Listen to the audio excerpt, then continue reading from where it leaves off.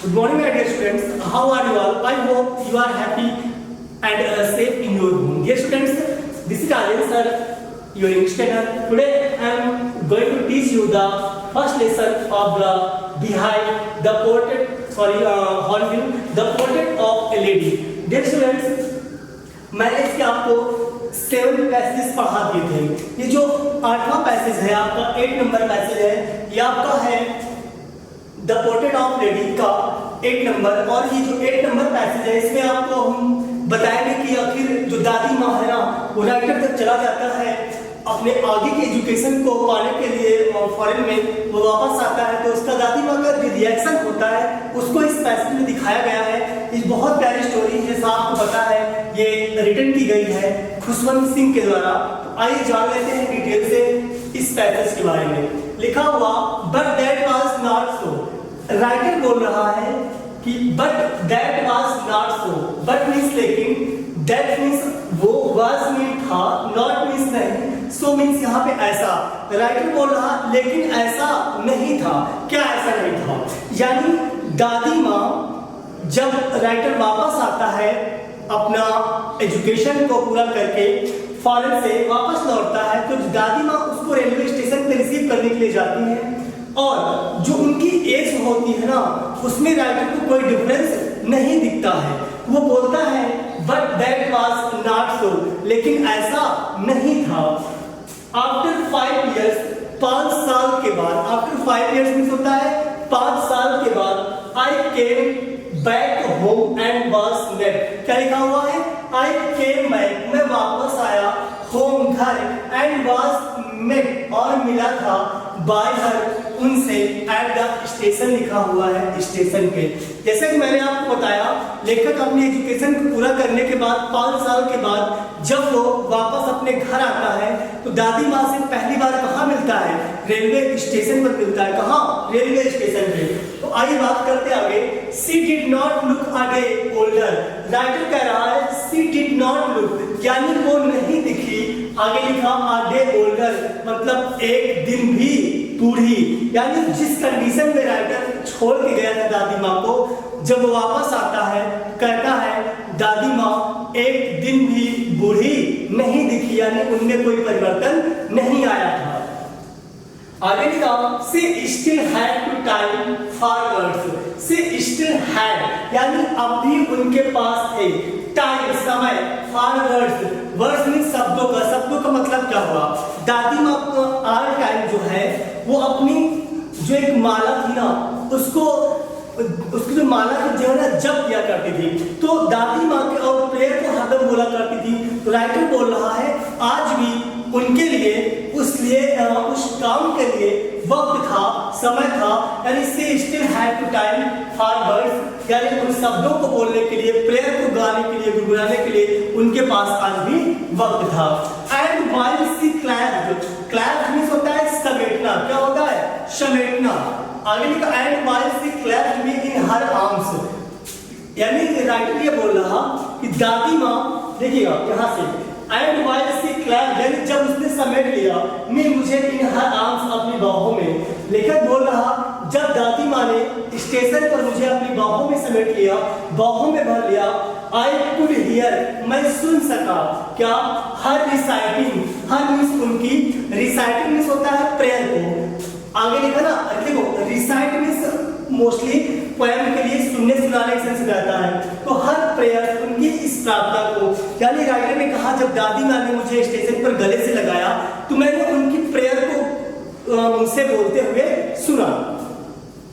आगे लिखा even on the first day of my arrival.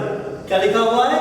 Even on the first day, पहले दिन, of my arrival, मेरे आगमन के, हर हैप्पीएस्ट मोमेंट्स, जो उनका सबसे सुखद यानी सबसे जो खुशी का पल होता था, विद हर स्पैरोज, यानी उन गौरवों के साथ, जो चिड़िया होती थी ना, जिनको दादी माँ पर डे बैठ के बरामदे में दाना चुगाती थी, वो पल उनके लिए बहुत अच्छा होता था। राइटर ने कहा मेरे आगमन के पहले ही दिन दादी माँ का चिड़ियों के साथ सबसे अच्छा मोमेंट बीता था। विद whom she fed, जिसको वो खिलाई थी longer, लंबे समय से, and with fabulous rebukes लिखा हुआ। fabulous क्या लिखा हुआ? fabulous rebukes मीन्स होता है खिलवाड़ करना, ठीक है। fabulous मीन्स खिलवाड़ करना, और यहाँ rebukes मीन्स डांटना या दुत्कारना, यानी जो वो चिड़िया होती थी उनको वो डांट फटकारती थी, लेकिन वो उनका जो इंटेंशन होता था वो ये नहीं होता था उन्हें भगाना, उन्हें दाना चुराती थी।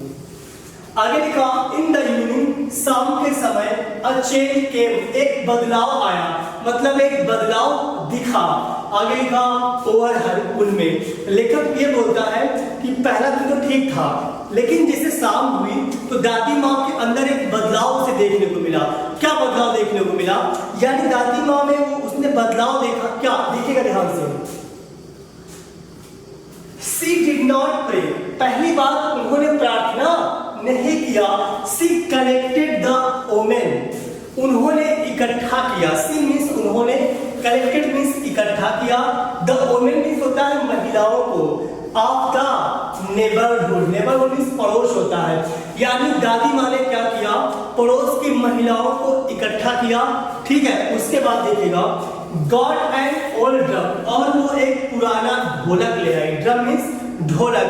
दादी माँ ने क्या किया उस शाम को, जिस दिन राइटर वापस आता है, महिलाओं को अपने पड़ोस की इकट्ठा किया और एक ढोलक ले आई। आगे क्या लिखा हुआ है?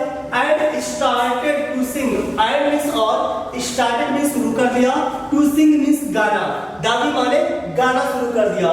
लिखा for several hours she thumped the sagging skins of the that piped drum and sang of the homecoming of warriors। इसका मीन्स देखिए क्या होता है। And she started to sing, और उसने गाना शुरू कर दिया। For several hours लिखा हुआ है, यानी several means कई, hours means घंटे। She thumped देखो, thumped यहाँ से पूरा देखिएगा, thumped the sagging skins of the, क्या लिखा है? गाना पाइलेटेड, यानी क्या लिखा है? गाना पाइलेटेड। इसका मींस बेटा देखो क्या होता है? ऐसी ढोल जिसकी स्किन क्या होती है? ढीली हो जाती है बहुत दिन यूज ना करने के बाद। तो क्या किया दादी माँ ने? महिलाओं को अपने इकट्ठा किया, पड़ोस की, नेबरहुड लिखा हुआ है, और उन्होंने एक पुराने ढोल को लिया जो कि बहुत दिन से यूज में नहीं आई। देखिएगा सैगिंग स्किन में होता है स्किन ढीला हो जाना, जिस चमड़े की बनी होती है वो चमड़ा क्या हुआ था? ढीला हो गया था ढोल का, उसी के लिए यूज किया गया है क्या? सैगिंग स्किन ऑफ द, ठीक है। उसके बाद लिखा हुआ है एंड सैग, और उन्होंने गाया of the home coming of warriors. कैसा गाना गाया? जो हमारे योद्धा होते हैं ना, जो वापस आते हैं युद्ध के मैदान से, उनके लिए गीत गाया। ठीक है ना? आपको कितना समझ आया? आगे देखिएगा। चलिए हम लोग आगे देख लेते हैं नेक्स्ट पैसेज को। जैसे कि आप जानते हैं दादी माँ जो है वो मोहल्ले की जो महिलाएं होती हैं उनको इकट्ठा करके ढोल बजाती हैं और योद्धाओं के गीत गाती हैं। तो देखिएगा उसके आगे वी हैड टू परस्यू, देखिएगा हर टू स्टॉप, यहाँ पे राजी करना हो जाएगा, यानी मनाना हो जाएगा। We had to pursue, her to stop avoid over straining, मतलब क्या हुआ? वी हैड टू परस्यू मतलब हमें राजी करना पड़ा। राइटर बोल रहा है दादी माँ लगातार ढोल बजाए जा रही थी, तो राइटर ने कहा हमें उन्हें राजी करना पड़ा टू स्टॉप, रोकने के लिए। आगे लिखा टू अवॉइड मींस बचने के लिए, और स्ट्रेनिंग मतलब होता है ज्यादा। ज्यादा का मतलब यहाँ पे क्या हुआ? दादी माँ अगर ज्यादा लगातार ढोल को बजाएंगी ओवर स्ट्रेनिंग हो जाएगी, मतलब वो परेशान हो जाएगी। इस चीज से बचने के लिए उन्होंने क्या किया? उन्हें रोक दिया। आगे लिखा that was the first time since I had known her that she did not pray. अब राइटर आगे हम लोगों से ये बता रहा है, आपके राइटर खुशवंत सिंह जी ये कहते हैं कि that was the first time, ये पहली बार था। आगे लिखा सिंस आई हैड नोन, जब से मैं उन्हें जानता था। सिंस आई हैड नोन, जब से मैं उन्हें जानता था। दैट की शी डिड नॉट प्रे, उन्होंने प्रार्थना ना किया हो। यानी आज का दिन दादी माँ के लिए वो पहला दिन है कि दादी माँ ने प्रार्थना नहीं की। और राइटर बोल रहा कि ये पहली बार ऐसा हुआ जब से मैं दादी माँ को जानता था। आगे देखिएगा नेक्स्ट मॉर्निंग और अगली सुबह शी वाज टेकन इल, मतलब क्या हुआ? हुआ? अगली सुबह शी वाज टेकन इन मतलब क्या हुआ? बीमार हो जाना यहाँ पे होगा। यानी अगली सुबह क्या होता है? दादी माँ बीमार हो जाती है। आगे लिखा it was a mild fever. Mild mean समझिएगा क्या होता है? हल्का। क्या होता है? हल्का। अगर सेंटेंस हो मुझे हल्का बुखार है तो आप कैसे बताओगे? I have mild fever. क्या बोलोगे? I have mild fever. तो it was a mild fever यानी ये बहुत हल्का बुखार था, यानी दादी माँ को बुखार हो गया था। एंड और the doctor told us, doctor ने हमें बताया दैट इट वुड गो। बेटा इट वुड गो मतलब क्या हुआ? ये चला जाएगा या उतर जाएगा। डॉक्टर ने बताया कुछ नहीं, ये नॉर्मल है, बुखार है और ये उतर जाएगा। She was taken ill, sorry आगे लिखा हुआ but my grandmother thought differently. But means लेकिन, माई ग्रैंडमदर मेरी जो दादी माँ है, थॉट मीन्स सोचा था, डिफरेंटली मीन्स होता है अलग, लेकिन मेरी दादी माँ ने इस बात को बहुत अलग तरीके से सोचा था। किस बात को? कि उनका बुखार जो है ना, ये बुखार नहीं है, उनके लाइफ का ये अंतिम क्षण है, उनका जो अंत है वो निकट आ गया है। आगे देखिएगा She told us, उन्होंने बताया हमें दैट कि हर एंड वाज नियर, उनका जो अंत है वो क्या है? बहुत नजदीक है। यानी दादी माँ जो है राइटर से बोलती है कि ये मुझे फीवर नहीं बल्कि ये मेरे मृत्यु का निकट समय आ गया है। आगे लिखा She said that, उसने कहा कि since only a few hours before the close of the last chapter of her life she had omitted to pray।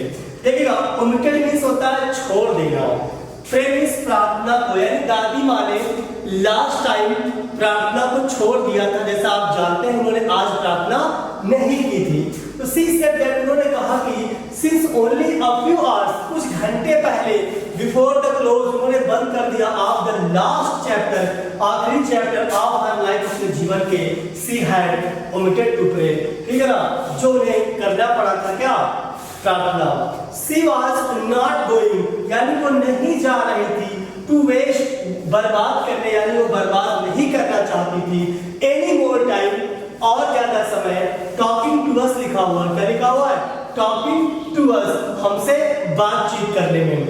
यानी दादी माँ पहली बात तो उन्होंने आज प्रेयर नहीं किया, ठीक है ना, और प्रेयर में उन्होंने समय नहीं लगाया, तो वो जो समय बचा हुआ है, राइटर बोल रहा है, वो जो समय बचा हुआ है प्रेयर ना करने का, तो दादी माँ उस समय को वेस्ट करना नहीं चाहती थी। किससे? हम लोगों से बातचीत करके।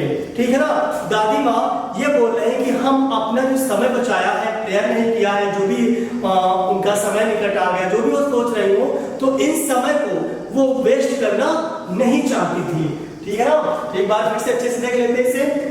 She had to pursue her to stop avoid overspending, यानी बताया गया है इस पैसेज में। अगर इसकी समरी की बात करें तो राइटर ये बोल रहा है कि जो दादी माँ है ना, उन्होंने अपने आप को बिल्कुल अलग तरीके से सोच लिया, यानी उन्होंने सोचा कि शायद ये समय है, मेरा अंत बिल्कुल निकट आ गया है और अब हम ज्यादा दिन तक इस पृथ्वी पे जिंदा नहीं रहेंगे।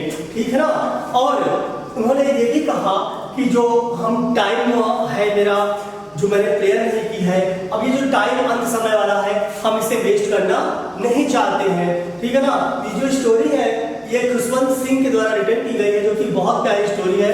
आपको मैंने इसके पहले बहुत सारे पैसेज पढ़ा दिए हैं स्टार्टिंग से, आप इन सारे पैसेज को समझ गए होंगे अच्छे से। आई होप ये भी पैसेज आपको अच्छे समझ में आया होगा। तो अगर कोई डाउट बनता है आप बताइएगा। मिलते हैं अगली वीडियो में नेक्स्ट पैसेज के साथ में। Stay home, be safe, keep learning and thanks for watching the video.